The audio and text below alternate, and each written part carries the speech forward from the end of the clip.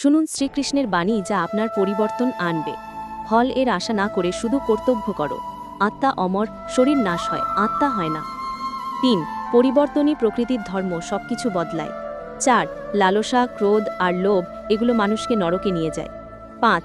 যে মনকে জয় করে সেই সত্যিকারের বিজয়ী। ৬. সুখ বাইরের জিনিসে নয়, মনের ভেতরেই আছে। ৭. যেমন মন তেমন জীবন। ৮. অহংকার জ্ঞানকে ধ্বংস করে। ৯. যা তোমার নিয়ন্ত্রণে নেই তা নিয়ে দুশ্চিন্তা করো না। ১০.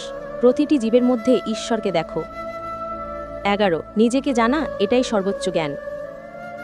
১২. ধ্যান মনের অশান্তি দূর করে।